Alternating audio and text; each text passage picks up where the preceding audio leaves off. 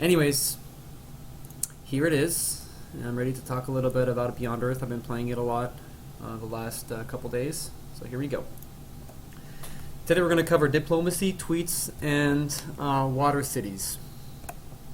First, looking at diplomacy, I'd say it's definitely a plus over the base version, which had honestly almost nothing. So I like this kind of diplomacy for the most part. You can gain advantages here and there, and that's quite clear. That's one of the good points. One of the bad points is that sometimes you don't.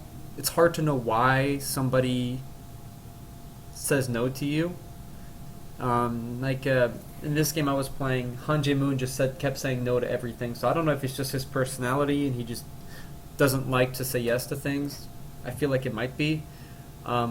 But yeah, sometimes you don't really know why people say yes or no to you, and they seem to repeatedly do so, and then ask favors out of you. So I wish like there was a way to counter their offers with a different offer, and kind of get an idea of like how balanced your offer is. That would be nice. So it's a bit heavy-handed diplomacy system in that like people get upset at you more and more. Over things like your production, which is fine, but sometimes it can be a bit overbearing just how annoyed they get by it. So I think it's a bit much sometimes. Although, it does kind of push you to do what they want to get them to back off. So I feel like it'd be interesting if it was more than just like this one-dimensional, like I hate you because you don't like culture kind of thing. Next, it'd be great to be able to threaten people. If you have an ally, say like, listen, like if you choose to attack me, I'll have this ally, or have something that you can do with your ally to make things go towards go in your favor, at least for a short amount of time, like 10 or 20 turns, just to buy you time. That would be fun. Bribing is not in the game. I think that could be interesting. Giving ultimatums like don't attack this station or don't attack this person, or else I'll attack. To be able to do things like that could be interesting as well to implement. Obviously, these things would make the diplomacy system more complicated, and it's a bit rigid right now, but I don't think it's something that can't be implemented. I feel like it's something you should be able to do, and I don't think it would necessarily contradict this method. That's about all I have to say, apart from the inclusion of a UN-type system, World Congress, or whatever you want to call it. Space Congress or whatever, would be nice to kind of have some implications. Maybe you can vote on, an event happens and you guys, choose to vote on what you want. Maybe, I don't know, something you can make a resolution about protecting the alien life on the world, or just eradicating it. Just things like that could be interesting. Maybe the progenitors come at some point, and then you can have choose to have you can have a stance towards or against them. It would just be interesting. I mean, obviously progenitors not in the game, but I'm just saying there could be worldwide things that could be done in which there could be votes involved, and I think that would be interesting. That way you have to kind of care about the diplomacy of the game a little more. Tweets, so they're great for the most part. They give you a good idea of what people are thinking in terms of how much they like you, and then makes them a little bit more predictable, so you're not just suddenly saying like, whoa, why does this person hate me? Oh wait, let me go back for a second. I just remembered something. One last bad point of the diplomacy system is your allies making peace with your opponents without your approval. It's a terrible system. I was just playing this game that you see right here, where it's a terrible issue. Sorry, not a system. It's a terrible issue, because I was about to take a city, and Arshia just agreed with my opponent to have his city to make peace with him. So basically the city I was about to take flipped to her. So that really annoyed me. So unintended consequences of being allies. That needs to be fixed. But that's a minor thing that I think that they can fix themselves. Anyways. So yeah, these do add some immersion.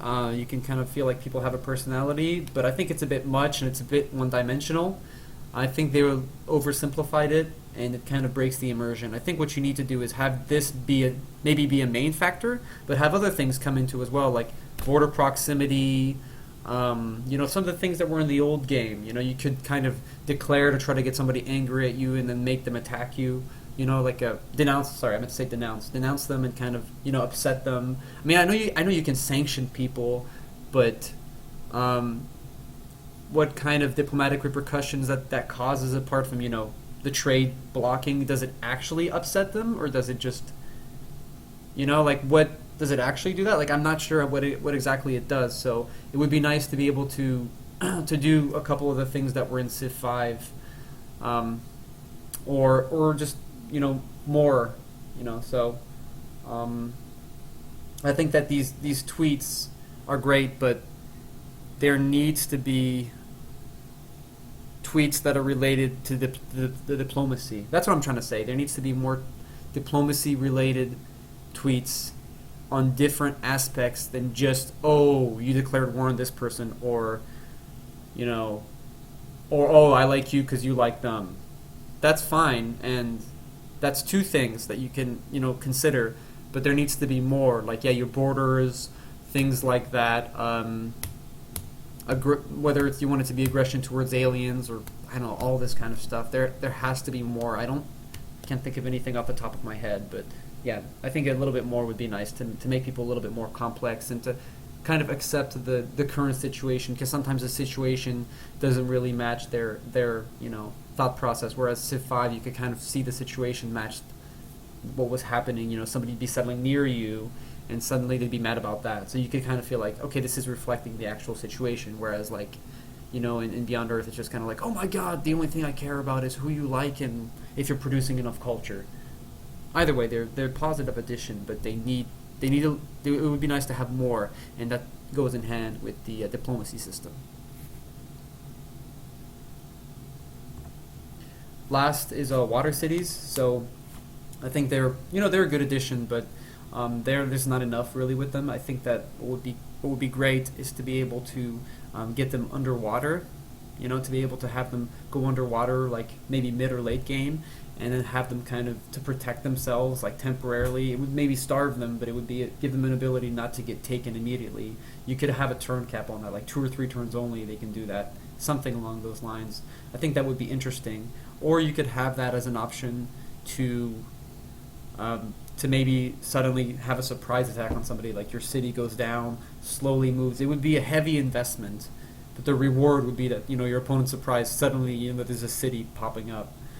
So I think that would be very interesting, and maybe putting them underwater would only make them attackable by submarines. It would completely change the warfare up, keeping things kind of fresh, and keeping the water gameplay as different as possible. I think the more different it is, the better. So right now it's more like a more aggressive land gameplay, and that's fine, but it needs to do more, I think. Yeah. So do more with it is really my idea with it. Maybe you could even send out like a rogue wave to push away a boat from your city. That would be interesting. So I think there's this great potential with water cities, and there's more that could be done. Alright, additionally, the sprites are pretty lackluster. It basically looks like somebody built an underwater farm, which is, I don't know, I feel like it could be a lot more creative than this. And there's just like what appears to be a house on the farm, and it's just, it's 2600 AD. Let's get a bit creative with it, shall we? This is not inspiring anything, and again, it's not adding to the immersion of like, oh my God, this is a sci-fi game. No, this is just like, oh, an underwater farm. Oh, a dock. Like, I think they're too concerned about us not understanding things in Civ, like not understanding like what everything does, but you can be sci-fi and crazy with it. Get people's imagination going. That's what we've been asking for. So keep pushing that. I think it's interesting. All right, next few episodes, I'm gonna talk about artifacts and the addition of them. I'm also going to discuss the Spoils of War and Black Market patches. Then I'll talk about what Ernie, which is hopefully the next expansion after BERT, what that will hopefully bring, and I'll go in terms of importance, just like I did with this. So I'm going to start from the most important to least important. And then I'm also, at some point, going to cover Wonder movies and my thoughts on them. Alright guys, I think that's about it, and I'm looking forward to uploading another video very, very soon now that I'm on break and I can actually do these like quickly. Hopefully this actually gets uploaded onto YouTube and doesn't mess up again. Alright, have a good time, guys. Happy to see conversations coming out of these videos. Bye.